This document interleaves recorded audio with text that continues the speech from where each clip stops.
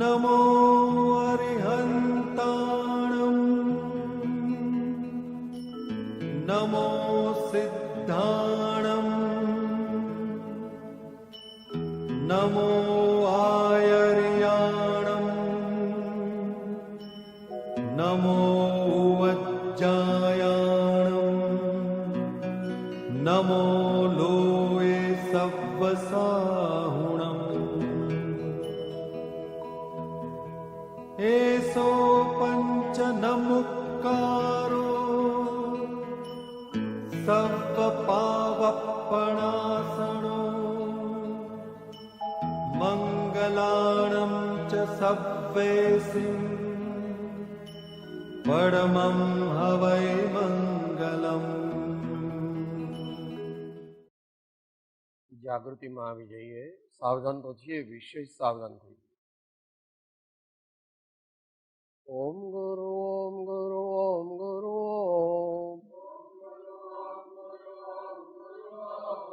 ઓમ ગુરુ ઓમ ગુરુ ઓમ ગુરુ ઓમ ગુરુ ઓમ ગુરુ ઓમ ગુરુ ओम शांति ओम शांति ओम शांति ओम ओम शांति ओम शांति ओम शांति ओम ओम शांति ओम शांति ओम शांति ओम ओम गुरु ओम गुरु ओम गुरु ओम गुरु ओम गुरु ओम गुरु ओम शांति ओम शांति ओम शांति ओम ओम शांति ओम शांति ओम शांति ओम शांति ओम शांति ओम शांति ओम।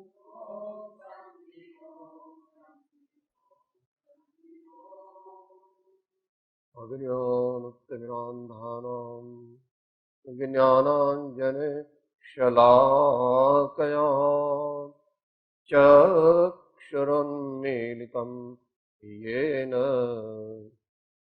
तस्मै श्री गुरवे नमः। तस्मै श्री गुरवे नमः। श्री परम गुरवे नमः। परम्पराचार्य गुरवे नमः। श्री परम गुरवे नमः। ओम शांति शांति शांति।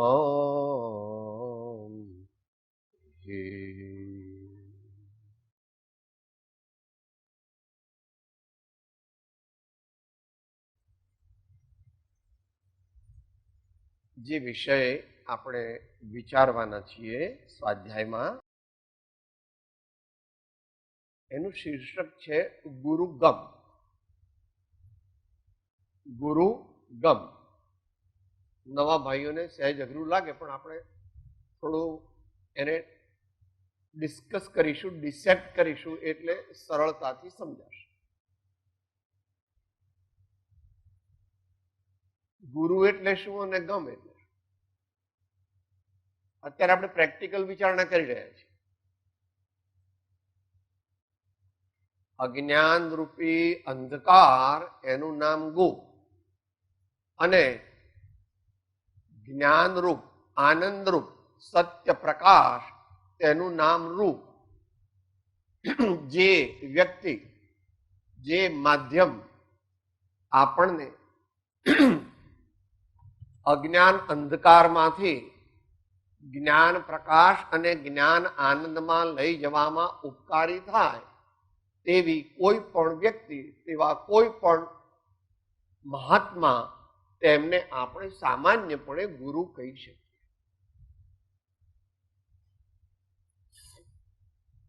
સિદ્ધાંતમાં તો બધા જાણે છે કે ભાઈ આપણે આત્મસિદ્ધિની 10મી ગાથામાં કીધું કે ભાઈ ગુરુ કેવા, એ આપણે બધા જાણીએ છીએ। આત્મજ્ઞાન, સમદર્શિતા, વિચરે ઉદય પ્રયોગ, અપૂર્વ વાણી, પરમ સુખ। અથવા અન્યત્ર એમ પણ આત્મજ્ઞાન ત્યાં મુનિપણું તે સાચા ગુરુ હોય, બાકી કુળ ગુરુ કલ્પના આત્માથી નહીં. અત્યારે આપણે સંક્ષેપમાં વિચારીએ છીએ, સૈદ્ધાંતિક ચર્ચાને ગૌણ કરીએ છીએ અને આપણને આજના જમાનામાં ડે ટુ ડે લાઈફમાં એક પ્રકાશમય, શાંતિમય, આનંદમય જીવન જીવવાની કળા આપણને જે શીખવાડે, અને માત્ર શીખવાડે નહીં, જેમના જીવનમાં પણ એ કળા થોડી ઘણી ખીલી હોય, that is the difference between a teacher and a guru. Teacher teaches what he has read, what he has remembered, or what he has heard, or what he has memorized. ત્યારે ગુરુ જે છે એની કક્ષા થોડીક એવી રીતે જુદી છે કે એ પણ પરમ ગુરુઓની જ વાત કરે છે. મહાન આચાર્યો અને તીર્થંકર ભગવાન જે બધા છે એમની જ વાત એ કરે છે, પણ એમણે પોતાના જીવનમાં એ મહાન પુરુષોની આજ્ઞાનો અર્ક ઉતાર્યો છે. આજ્ઞાનું સેવન સફળતાપૂર્વક કર્યું છે, એટલે તેમની વાણી એ લેક્ચર નથી. આપણે અહીંયા સ્વાધ્યાય શબ્દ એટલા માટે વાપરીએ છીએ કે આપણી કક્ષાને એ સામાન્ય યોગ્ય છે. આચાર્યાદિક મહાપુરુષો જે કહે તેને પ્રવચન, વચન નહીં, પ્રવચન કહે છે. અને એવું પ્રવચન એ કઈ એકદમ આપનાર આપી પણ શકે નહીં અને સાંભળનાર સમજી શકે પણ. એટલે આપણે અત્યારે એ રીતે વિચારણા કરીશું કે જેથી આપણે અત્યારે સમજી શકીએ ને આપણા શેષ જીવનમાં અને આવતા જે કંઈ 2-4 બહુ બાકી હોય એમાં આપણે ઉતારી અને આપણે પણ પરમાત્મા થવાનું છે. પરમાત્મા એટલે શું? આમ તો એનું વર્ણન થઈ શકતું નથી, પણ સચ્ચિદાનંદ. સત એટલે ત્રણેય કાળ ટકે, ચિત્ત એટલે જ્ઞાન સ્વરૂપ, અને આનંદ ઇટ ઇઝ સેલ્ફ એક્સપ્લેનેટરી. આનંદ જે મેળવ્યા પછી અંતરમાં એવી ટાઢક થાય અને એવો ઇમ્પેક્ટ જીવનમાં આવે કે જેને એવું થાય એને દુનિયાના લોકો પછી ગાંડો કહે, અથવા કંઈક આમનું બરાબર ઠેકાણે લાગતું, કઈ એમને પ્રેક્ટિકલ કઈ જીવનની કઈ સમજણ પડતી, આવું બધા જ્ઞાનીઓને થયેલું. એ બધું અત્યારે કહેવાની જરૂર નથી. હવે ગમની વાત છે. ગુરુ ગમ, ગમ શબ્દના ઘણા સામાન્ય અર્થો ગમ, ગમતી ટુ ગો, પણ અહીંયા આપણે ગમ, ગમ્ય તે ટુ પરસીવ ધી સબલાઇમ ટીચિંગ્સ. આપણે ઘણી વાર નથી, એટલે તને આટલી ગમ નથી પડતી, એટલે તને આટલી ગમ નથી પડતી, એ ગમ, પણ એ તો વ્યવહારિક ગમ છે અને આ પારમાર્થિક ગમ છે. પારમાર્થિક ગમ માટે ઇન્દ્રિયોને મનની જરૂર છે ખરી, પણ ઇન્દ્રિયો અને મનથી પાર જઈશું ત્યારે એ ગમ આપણને પ્રાપ્ત.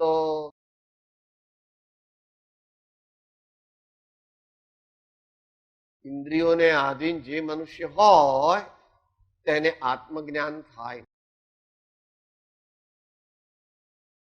ભલે સકળ સંયમી ન હોય, પણ કૃપાળુ દેવે 40મા અંકમાં કીધું આ 4 વસ્તુ હોય તો તે આત્મજ્ઞાન પામવાનું ઉત્તમ પાત્ર છે. વિશાળ બુદ્ધિ, મધ્યસ્થતા, સરળતા અને જીતેન્દ્રિયપણું.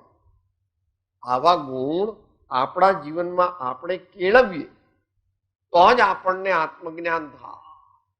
બધા એમ કે છે અમારે સમકી જ જોઈએ, સમકી જ જોઈએ. ભાઈ સમકી જ જોઈએ તો કૃપાળુદેવ એના માટે કેટલા ગાઈડન્સ આપે છે, આત્મસિદ્ધિમાં જ આપી છે. અને પછી ત્યાં એમ કહી દીધું છે કે જ્યાં સુધી તું આવા ગુણો પ્રાપ્ત નહીં કરે, તું એટલે કોઈ પણ, ત્યાં સુધી તને આત્મજ્ઞાન નહીં થાય. ગાથા બોલીએ સાથે. દશાન એવે જ્યાં સુધી જીવન લહે નહીં જો, મોક્ષ માર્ગ પામે નહીં, મટે ન અંતર રો. મોક્ષ માર્ગ પામે નહીં, મટે ન અંતર. અહીંયા મોક્ષ માર્ગ એટલે નિશ્ચય મોક્ષ એમ. હર મોક્ષ માર્ગ તો પામી શકે, પૂજા કરે, સંતોની સેવા કરે, નિષ્પૃહપણે દાન આપે, ગરીબોને પતિતોને મદદ કરે, શાસ્ત્ર વાંચન કરે, અમુક નિયમો પાળે. આ બધું બરાબર છે, આ બધું ઉપયોગી છે. આ બધું એ સાક્ષાત મોક્ષ માર્ગ નથી. સાક્ષાત મોક્ષ માર્ગ અંતરયાત્રા.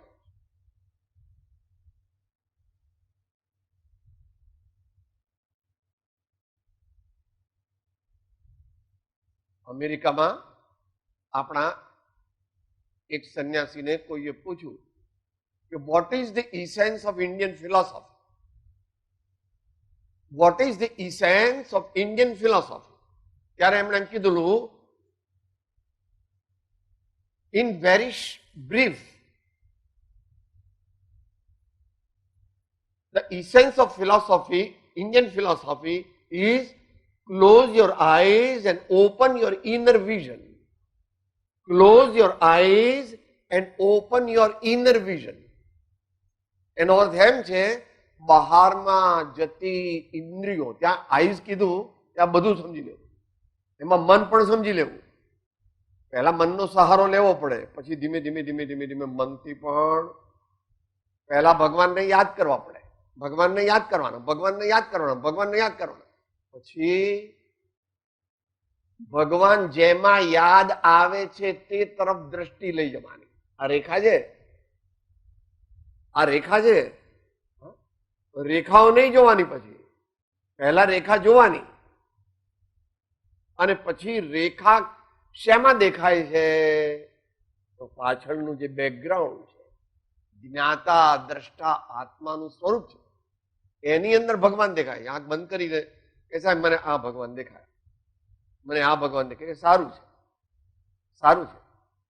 પણ હજુ એવા સંસ્કાર પાડ તો એ ભગવાન જ એમ કહેશે કે forget me and lean towards your true self. મારી વિસ્મૃતિ કર અને તારા અંતર તરફ, જ્ઞાયક તરફ, શુદ્ધાત્મા તરફ વળ.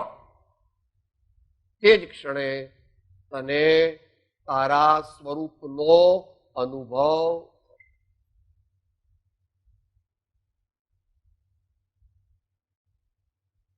સાદી ભાષામાં એને સિક્સ સેન્સ કહે છે, પણ હું તમને સિક્સ સેન્સ નથી કહેતા.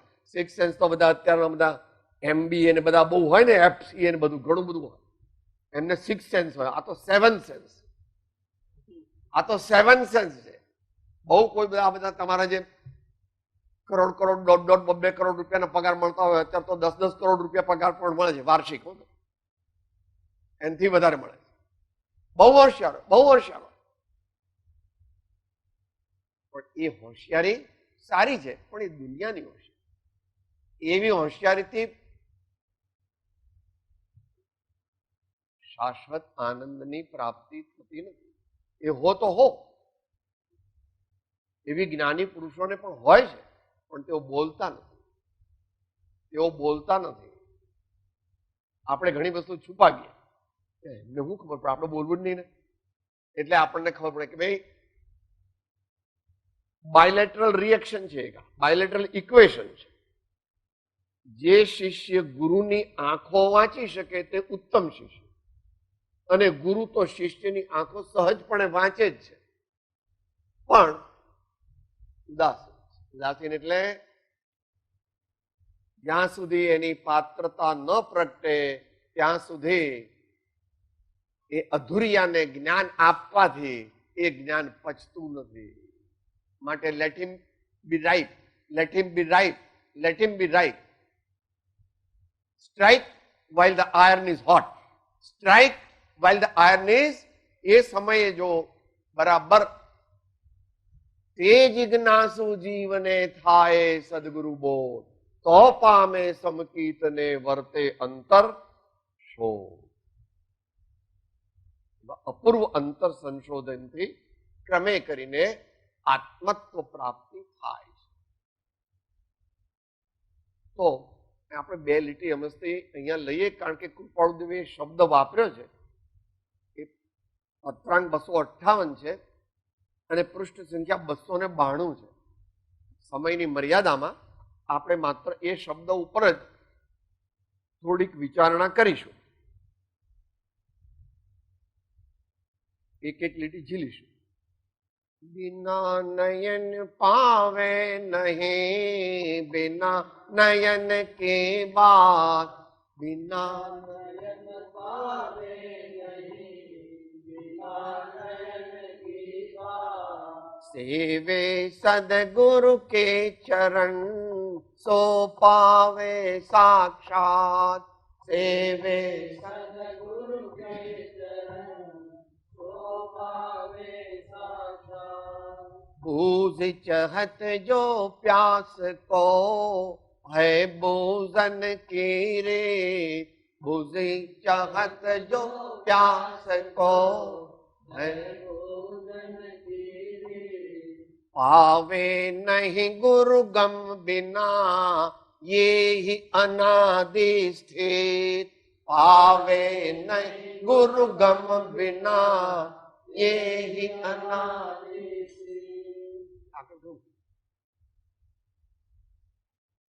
કૃપાળુદેવે કીધું, બીજા મહાપુરુષો કહે છે કે બીજા મહાપુરુષોએ તો ઘણું જ કીધું છે.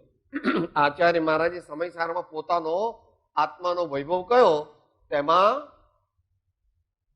એમણે તો ટ્રેસ કરી છે. સર્વજ્ઞ ભગવાન મોટા પુરુષ હતા. નિર્મલ વિજ્ઞાન ઘન અંતર નિમગ્ન પરાપર ગુરુ પ્રસાદીકૃત શુદ્ધાત્મ તત્વાનુશાસન જન્મ. પર ગુરુ અને અપર ગુરુ, કારણ કે એમના અપર ગુરુ તે એને ગમક ગુરુ કહે છે, એ શુદ્ધ કેવળી ભદ્રબાહુ સ્વામી. 12 અંગ ને 14 પૂર્વના જાણ. એમના શુદ્ધાત્માના ઉપદેશના કૃપા પ્રસાદને ગ્રહણ કરવાથી અમારો આત્માનો વૈભવ પ્રગટ્યો છે. એના એકલાથી નહીં, એ તો બીજા બધા કહે છે. અત્યારે આપણે સમય નથી. શ્રી સમયસારની 5મી ગાથાની ટીકામાં એવા મહાપુરુષોને પણ કૌન બતાવે વાટ, ગુરુબિન કૌન બતાવે. બડા વિકટ યમ ઘાટ, ગુરુબિન કૌન બતાવે. प्रवचन अंजन जो सदगुरु कर देखे परम निधान जिने हृदय नयन निहाळे जगधणी महिमा मेरु समान हृदय नयन निहाळे जगधणी महिमा मेरु समान बधाई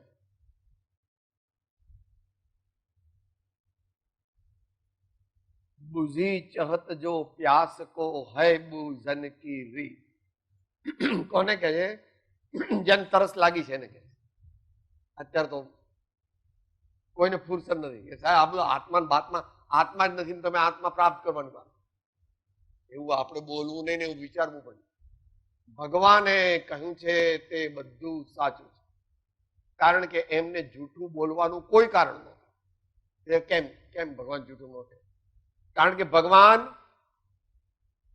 સર્વજ્ઞ છે આ દુનિયાના કોઈ પણ પદાર્થથી તેઓ અજ્ઞાત નથી વીતરાગ છે એમને કોઈ વ્યક્તિ કે કોઈ વસ્તુ પ્રત્યે રાગ નથી અને તેઓ તે બંનેના સિનર્જિસ્ટિક કોમ્બિનેશનથી હિતોપદેશ સર્વ જીવોનું કલ્યાણ થાય એવો જ માત્ર ભગવાનનો ઉપદેશ હોય. અને એવા ભગવાનની પરંપરા ભલે અત્યારે ઝાંખી પડી ગઈ છે, પણ હજુ એના રેમનન્ટ છે. નાલંદા વિશ્વવિદ્યાલય જાઓ તો એના રેમનન્ટ છે. અત્યારે ખજુરાહો જાઓ તો ત્યાં આગળ એના રેમનન્ટ છે. એમ અત્યારે પણ આત્મજ્ઞાન છે, આત્મજ્ઞાન પ્રાપ્ત થઈ શકે છે, પરંતુ તેને માટે યથા યોગ્ય પદ્ધતિસરનો સર્વાંગ ઉદ્યમ કરવો જોઈએ, એમ કૃપાળુદેવ કહે. અને તે આત્મસિદ્ધિમાં એ બોલો ને પછી આપણે સમાપ્તિ નજીક જઈશું. આગળ જ્ઞાની થઈ ગયા વર્તમાનમાં હોય, આશે કાળ ભવિષ્યમાં માર્ગ ભેદ નહીં કો. એમણે તો એનાથી પણ વધારે સ્વીપિંગ સ્ટેટમેન્ટ કર્યા કે આત્મજ્ઞાન આદિ વર્તમાનમાં નથી એમ જો કોઈ કહે તો અમે અહીં ન હોવા બરાબર છે વગેરે. હવે લાસ્ટ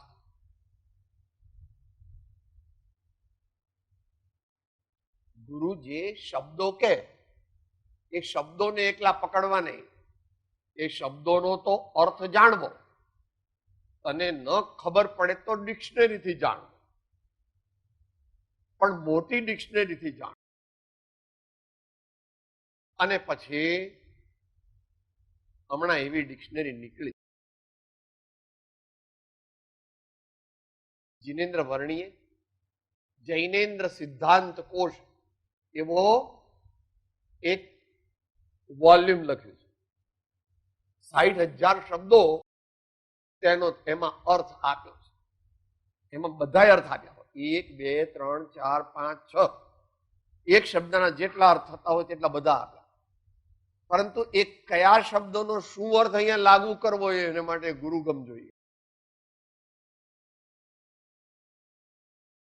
તમે દુનિયામાં કેટલા હોશિયાર છો. કોઈ મહેમાન આવે તમારે ઘેર તો તરત જ એને કઈ પૂછતા નથી કે તમને તરસ લાગી, તરત જ પાણી લાવો લે કે ના પડે. અને પછી કહો આપને ઠંડુ અનુકૂળ આવશે કે ગરમ અનુકૂળ આવશે. અને 11:30 થયા હો તો રસોઈ તૈયાર છે, ભોજન તૈયાર છે, ચાલો આપણે સાથે. એને કઈ કીધું તમને, પણ તમને તમે વ્યવહાર કુશળ છો, સાચા ગૃહિણી, એટલે આ રીતે વર્તો. એ પ્રમાણે ગુરુ જે છે એની આંખો શિષ્યો વાંચી લે. એકનો એક શબ્દ અનેક જગ્યાએ વાપર્યો હોય ને જુદા જુદા અર્થમાં વાપર્યો. એને માટે પણ આપણને શ્રી આત્મસિદ્ધિ શાસ્ત્રની ઇન્ટ્રોડક્શનમાં જોયું 8મી ગાથા, એ પણ બોલીએ.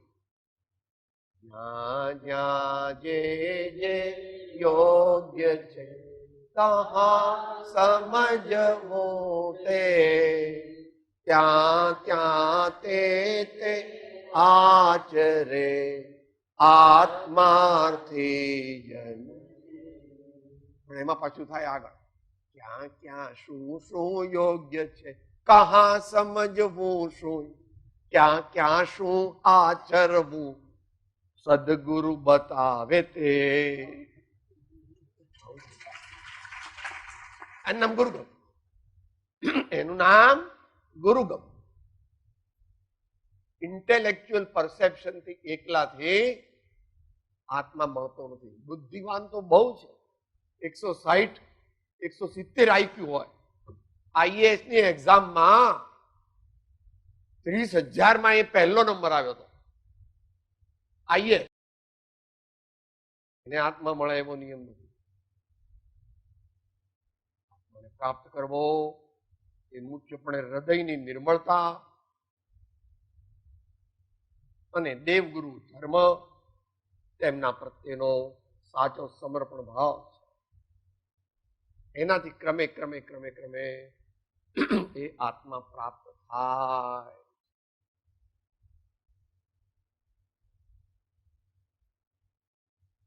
પત્રાંક 200 ની અંદર એ વાત સવિસ્તર સમજાવી છે. શાસ્ત્રમાં માર્ગ કયો છે, પણ મર્મ તો સત્પુરુષના હૃદયમાં છે. અને પછી થોડું અતિશયોક્તિ અલંકારમાં પણ કીધું છે. અનંત કાળ સુધી જીવ નિજ છંદે ચાલીને પુરુષાર્થ કરે તો પણ પોતે પોતાથી આત્માને પામે નહીં. જ્યારે જ્ઞાનીની આજ્ઞાનો આરાધક અંતર મુહૂર્તમાં પણ કેવળ જ્ઞાન, એમને ખબર નહીં હોય કે કેવળ જ્ઞાન કોઈ મળવાનું નથી, સમજાવે છે એનું મહત્વ સમજાવે. આ પ્રમાણે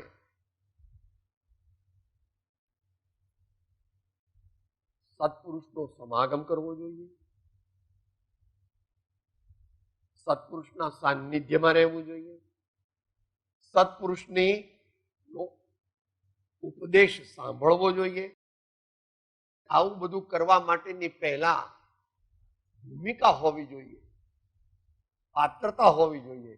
નહીં તો ગુરુ એમની સમીપ આપણને રાખે નહીં, એમ કે તમે બીજા રૂમમાં રહો, તમે બીજા રૂમમાં રહો. એ સાનિધ્ય એ આપણને એમના ઓરાનો લાભ આપે છે, એમનું આભા મંડળ જે છે એનો લાભ આપે છે. એમના આભા મંડળથી ઘણો બધો ફેરફાર થઈ જાય છે જો આપણે રિસેપ્ટિવ હોઈએ તો. એમ ઉપનિષદ પણ ચાલુ થાય છે અને એમ સર્વાસ સિદ્ધિ પણ ચાલુ થાય છે.